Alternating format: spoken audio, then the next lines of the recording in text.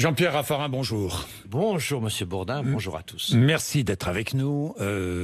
Vous ne revenez pas de Chine? Absolument pas. Bon, je suis pas. Non, mais je n'ai pas peur. Je n'ai pas peur. C'est bien. Mais non, je n'ai pas peur. Et d'ailleurs, que dites-vous de ce comportement des Français?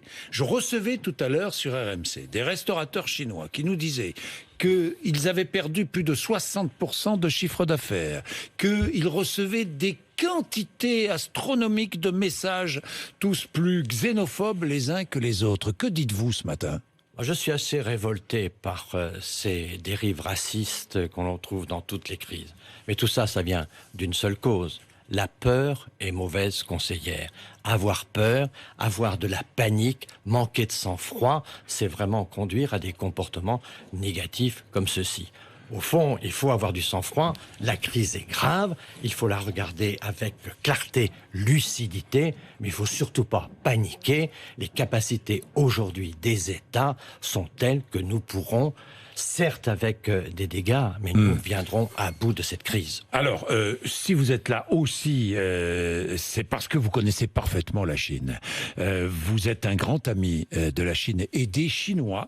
Alors, est-ce que les autorités chinoises... Le dernier bilan nous dit 908 morts, plus de 40 000 cas en Chine de coronavirus. Est-ce que les autorités chinoises nous disent toute la vérité ou est-ce qu'elles nous mentent?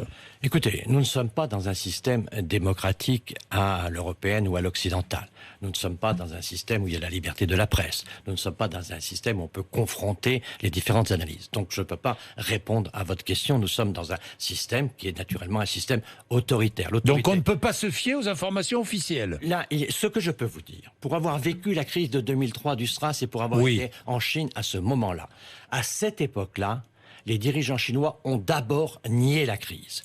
Ici, dès le deuxième jour, le président chinois a dit « la crise est très grave ». Ils ont mobilisé, engagé des travaux pour construire très vite des hôpitaux. Ils ont créé une information globale qui est une information d'ailleurs qui a beaucoup inquiété les Chinois et qui fait qu'aujourd'hui, beaucoup de Chinois, eux aussi, ont peur. Mais disons qu'aujourd'hui, le gouvernement a un discours, y compris en alertant les gens pour qu'ils partent les masques, en faisant en sorte qu'il y ait une mobilisation de comportement. Mais Jean-Pierre Raffarin, oui, sauf qu'il y avait un médecin.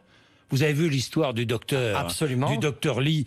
Ce médecin avait alerté sur les réseaux sociaux avec ses confrères. Il avait alerté des dangers de ce virus. Et les autorités chinoises, non seulement n'en ont pas tenu compte, mais l'ont mis en prison. Mais vous savez qu'il y a aussi sur l'intelligence artificielle un certain nombre de chercheurs qui avaient prévu cette pandémie. Donc ça, c'est vrai qu'on a un énorme problème aujourd'hui d'alerte sur des crises de cette nature. Mais naturellement, ne voyons pas la Chine comme un pays à l'occidental où on pourrait avoir des débats publics. Ça, il faut pas rêver, c'est pas ça aujourd'hui. Je ne suis pas favorable à ce régime. J'aime le peuple chinois, mais je ne suis pas favorable à l'organisation politique de la Chine. Mais ce que je veux dire, c'est qu'on peut faire confiance à aujourd'hui cette mobilisation qui a été engagée parce qu'ils sont en train de regarder la crise en face. Qu'est-ce qu'il nous faut faire aujourd'hui?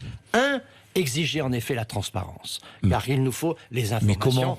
Mais comment? Par la diplomatie. Ils sont très attachés à l'action internationale, ils sont très attachés au multilatéralisme. Ils s'opposent aux Américains sur des idées comme le protectionnisme, comme cette forme aujourd'hui de décision unilatérale, l'unilatéralisme de Trump. Donc les enfermer, je dirais, dans une logique de coopération qu'ils proposent. Moi je dirais, il nous faut de la transparence. 2, il nous faut de la solidarité.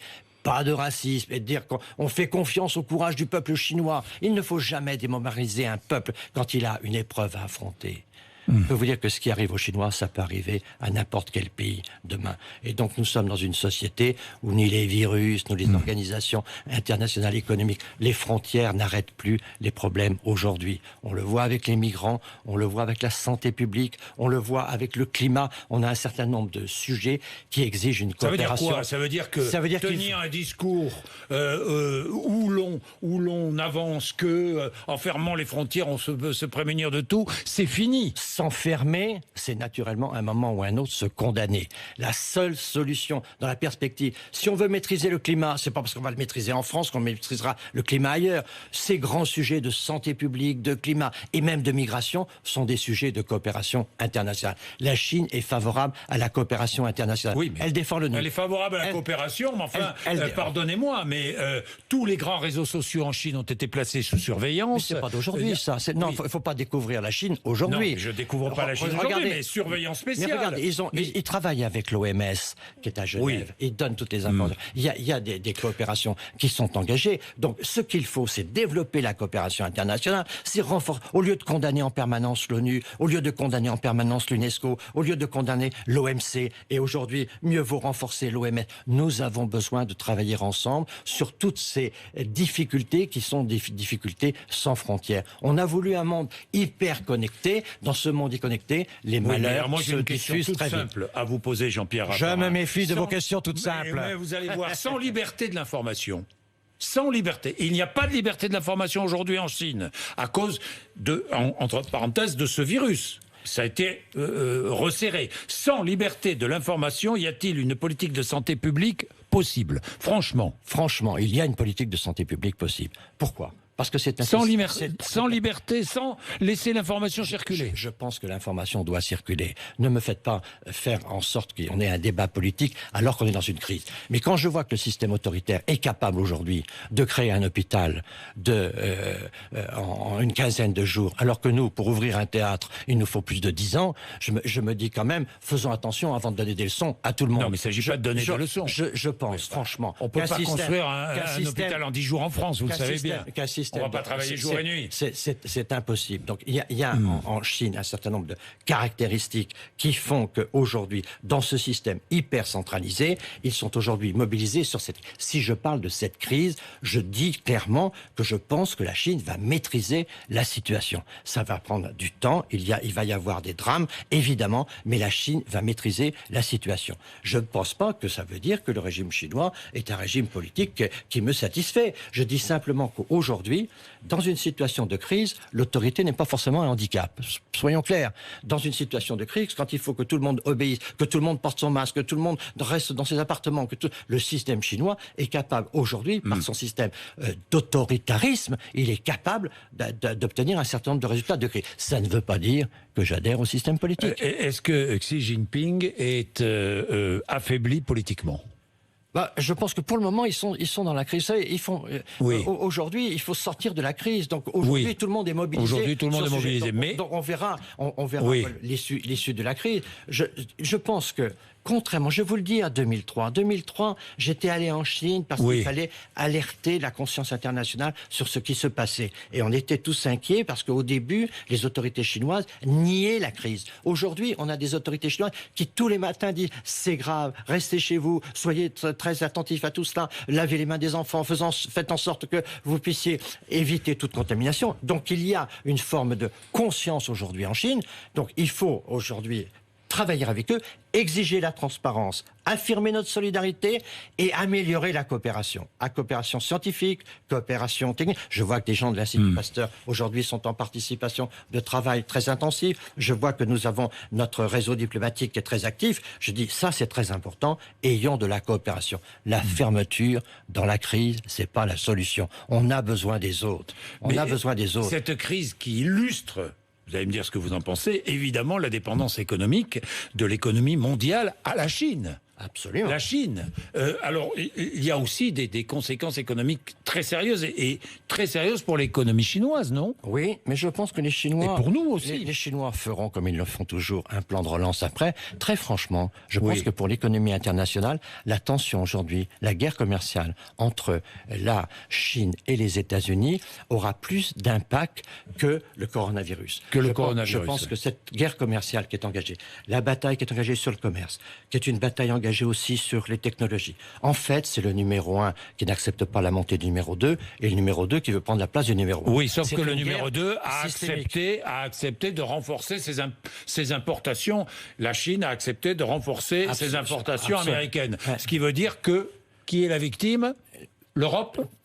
Évidemment, il est clair que victime potentielle. Si l'Europe ne se réveille pas dans ce système, elle sera la victime de cette guerre commerciale. Nous serons la balle de ping-pong qui recevra des coups de raquette du côté chinois comme du côté américain. Donc nous avons tout intérêt à ce que l'Europe se réveille, et non seulement l'Europe, mais aussi le couple franco-allemand. Sur les grands sujets, je souhaite que les Français et les Allemands... Où est-il ce couple? On va avoir un sujet.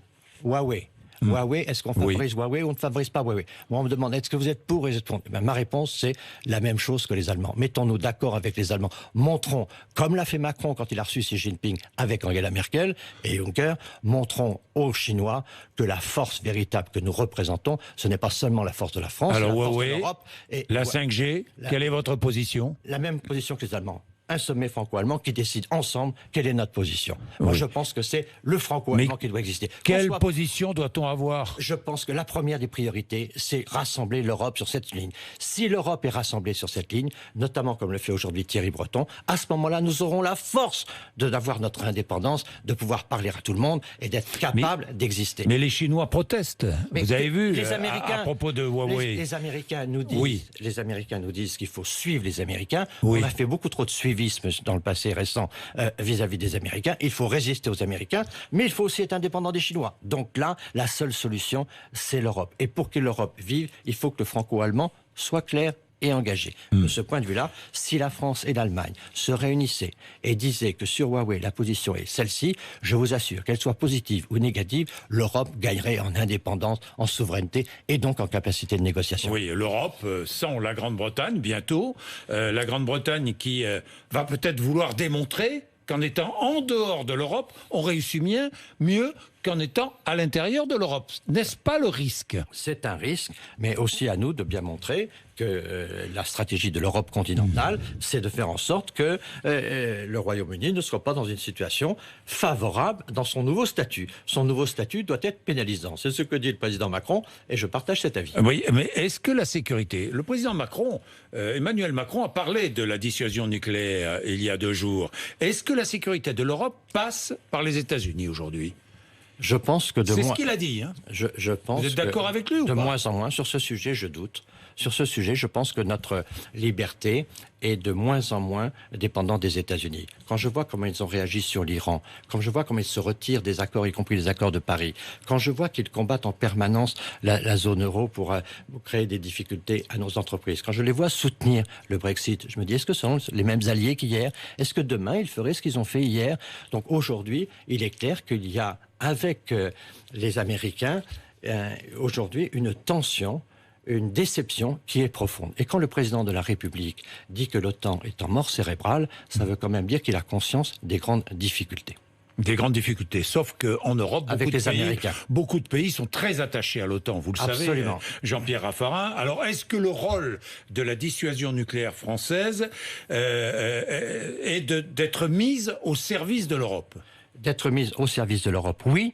Mais son rôle aujourd'hui, c'est d'essayer de convaincre les Allemands. Dans un premier temps, alors que l'Europe est un peu en crise, parce qu'il y a ce processus de déconstruction, il nous faut redonner une dynamique. Je pense que cette dynamique, c'est l'énergie franco-allemande. Les Allemands, ils ont été très puissants et ils ne voulaient pas d'accord. Aujourd'hui, ils ont des situations politiques très difficiles. Ils ont devant eux une crise du charbon et de la transition énergétique. Ils ont devant eux une crise de l'automobile. Ils n'ont pas un avenir aussi facile que ça. Ils auront aussi besoin de la France. J'en reviens à ce que je disais tout à l'heure pour la crise en Chine. Aujourd'hui, un pays a besoin des autres. L'Allemagne aussi aura besoin des autres. Et elle aura besoin de la France. Et elle aura besoin peut-être de la dissuasion nucléaire française. Bien sûr. Nous sommes le seul pays en Europe. Bien sûr. Le seul pays à posséder l'arme atomique. En Europe continentale. En Europe, oui, le seul. À part la Grande-Bretagne maintenant qui n'est plus dans l'Union, ou qui ne sera bientôt plus dans l'Union européenne. J'imagine, un pays de l'Union européenne est attaqué militairement. Est-ce que la France doit mettre au service de ce pays son arme nucléaire ? Évidemment, la France s'engage pour l'Union européenne. Il est clair que la France doit, dans cette situation-là, comme elle avait des accords avec les Britanniques auparavant dans ce type d'hypothèse, elle doit assumer ses responsabilités.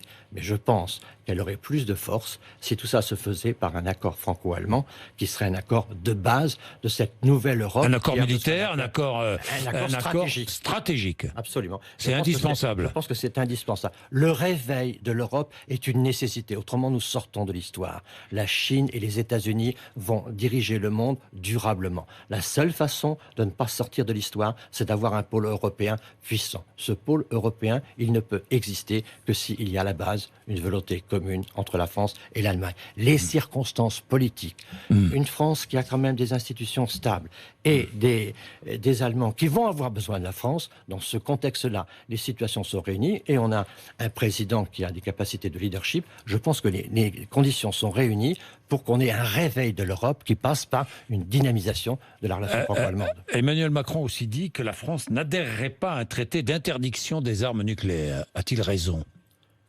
Il a raison de protéger notre arme nucléaire et de protéger notre indépendance nationale. Il a raison de faire en sorte que la France est un pays... Sans l'arme nucléaire, la France ne serait plus peut-être au Conseil de sécurité des Nations Unies.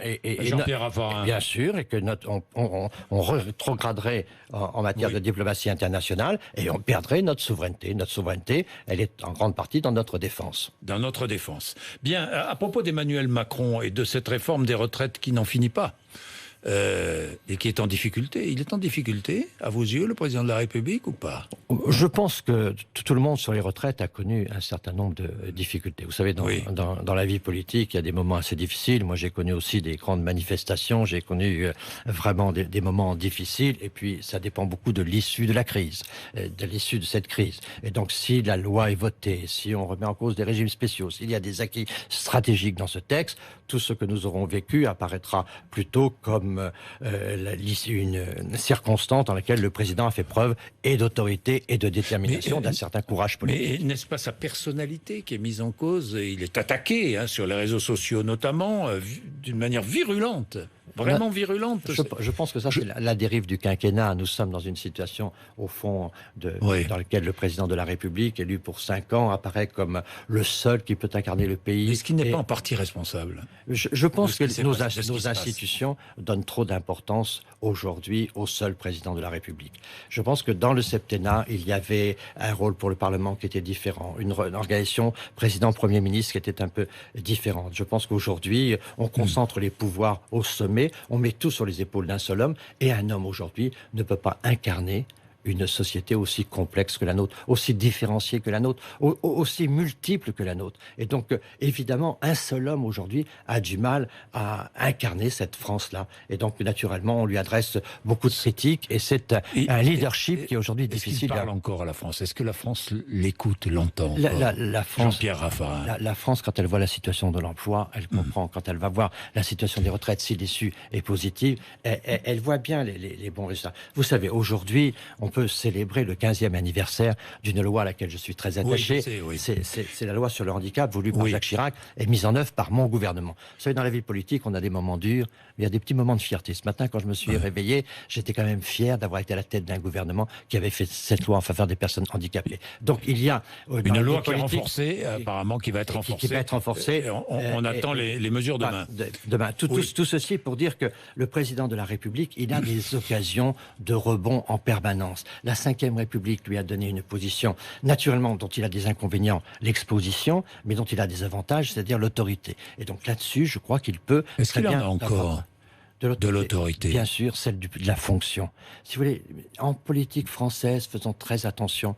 Moi, j'ai vu un Jacques Chirac perdre beaucoup d'autorité avec une dissolution. Je l'ai vu gagner les élections présidentielles après. La fonction présidentielle en France, voulue par le général de Gaulle, qui fait que l'homme présidentiel est l'homme en charge de l'essentiel, disait-il, cette capacité-là fait que la fonction porte quelquefois l'homme. Et quand l'homme a des fragilités, la fonction le porte. Donc il ne faut jamais sous-estimer dans la Ve République un président élu par les Français. Celui-là, il a toujours, à un moment ou à un autre, des circonstances qui lui donnent de la puissance et de l'autorité. Bien, merci Jean-Pierre Raffarin d'être venu nous voir ce matin. Vous êtes sur RMC et BFM TV, il est 8h53.